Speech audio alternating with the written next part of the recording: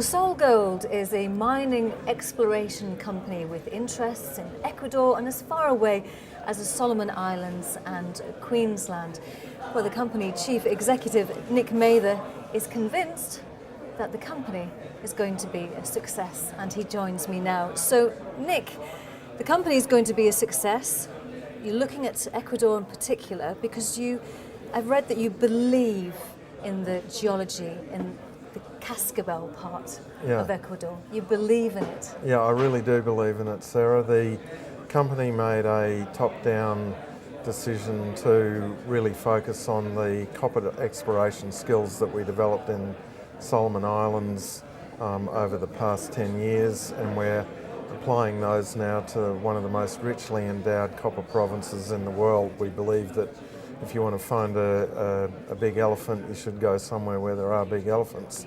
And the Andean copper belt produces 48% of the world's copper, and so that's why we've got to go there. All right, so that's the proof of concept then. Yeah. So you're pretty sure that you're going to so find it the there. Andean copper belt, we have to be there, and we decided to go to Ecuador because it's been very underexplored, and it had been a difficult country to get into in the past. That's completely freed up. They have a very popular President, Rafael Correa, who's strongly supporting the mining industry, and recently they've signed a cooperation agreement with the Australian government to assist Ecuador with the development of a new mining industry. And there are a number of large companies in Australia who are assisting with that push from an industrial point of view. Okay, well, in terms of those big elephants that you're searching for, have you got any results that can reinforce this proof of concept? Yeah, we're increasingly encouraged by the results that we're getting from the whole Cascabel projects, Sarah. There's 7 different targets that we're following up, 3 at Alpala Northwest, Central and Southeast, and then there's Cristal on that line as well. Also Aguanaga, 1.2 kilometres to the north of it, Chinampuchito and Tandayama America, a little bit further, about a kilometre to the northwest of Aguanaga. So we've got a cluster of porphyry targets here. That prospectivity was originally defined by the aeromagnetics that we flew.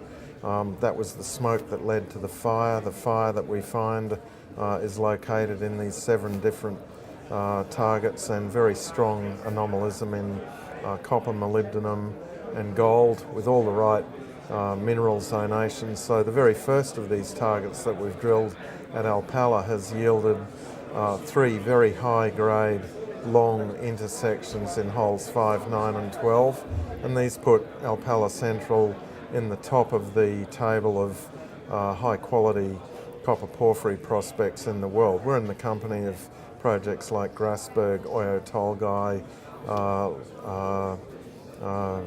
a number of other very large porphyry copper mines, and we expect that there'll be more of these delineated as we explore the other targets. And we're moving on to Aguanaga next, and Aguanaga is something that exhibits mineral and geophysical characteristics that are very similar to the giant copper cash cow in Argentina, Alumbrera. I'm sure that all industry observers have heard of Alumbrera. It's indeed very rich and prolific and profitable, and we believe that Aguanaga's a really close lookalike. So we're itching to get the drills up there. We're just finishing off a field mapping program at Aguanaga, and that will yield to defining drill pads and targets, and should be within a month or 2 we'll be drilling at Aguanaga, and very exciting time for us. Okay, that's an awful lot of information. So you've got 7 targets. In those 7 targets, how many holes are there? So far we've put 15 drill holes into just Alpala Central, so that's over 21,000 metres of drilling so far. This project is going to take a lot of drilling, but luckily the skills and the experience of our technical team and the improvements in exploration techniques that come from these state-of-the-art geophysical techniques is enabling us to get a very high hit rate. of the 15 drill holes that we've put in, only 2 have failed to hit potentially economic porphyry copper gold mineralisation. And Alpala Central so far yields some very high grade characteristics, so we expect that those will be replicated in these other target areas. Okay, so you've had the planes up there looking down, doing some surveys. You've got these 15 drill holes, you've got 7 targets, you've got the personnel. This is expensive. You know, how are you funding this apart from your own money? You're throwing an awful lot of your own personal pension pot into this. Well, pension pot doesn't apply to me because I'll never retire. So, yeah, I am putting a lot of my own money into it and very happy to be doing so at these share prices. It's a terrible market. I've been through terrible markets before. I'm able, mercifully, to go on throwing money at SolGold and at the Cascabel project.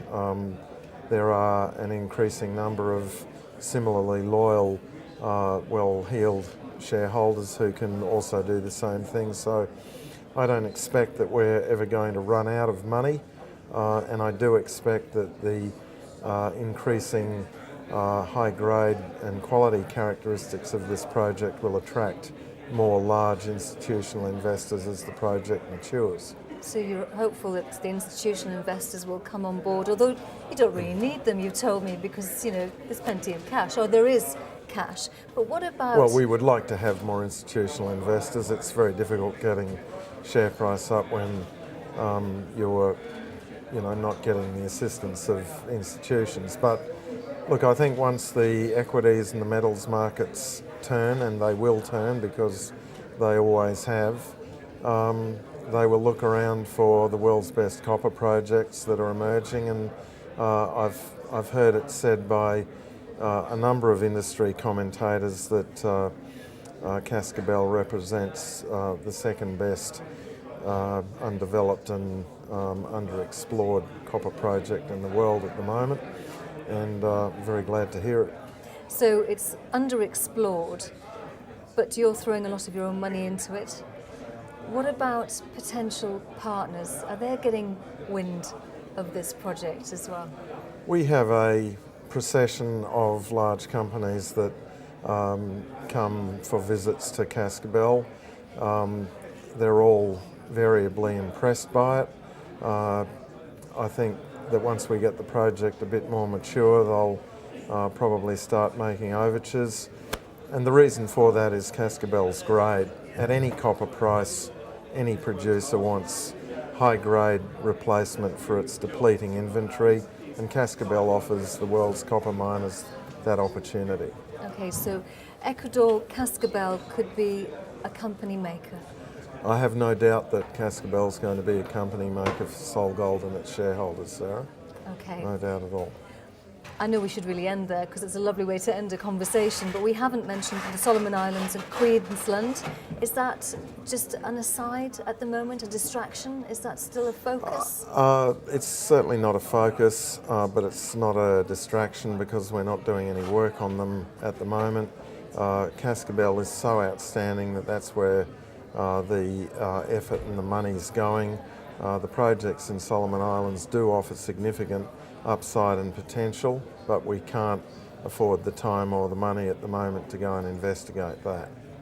Nick Mather, Chief Executive of SolGold, thank you very much indeed for joining us. Thank you.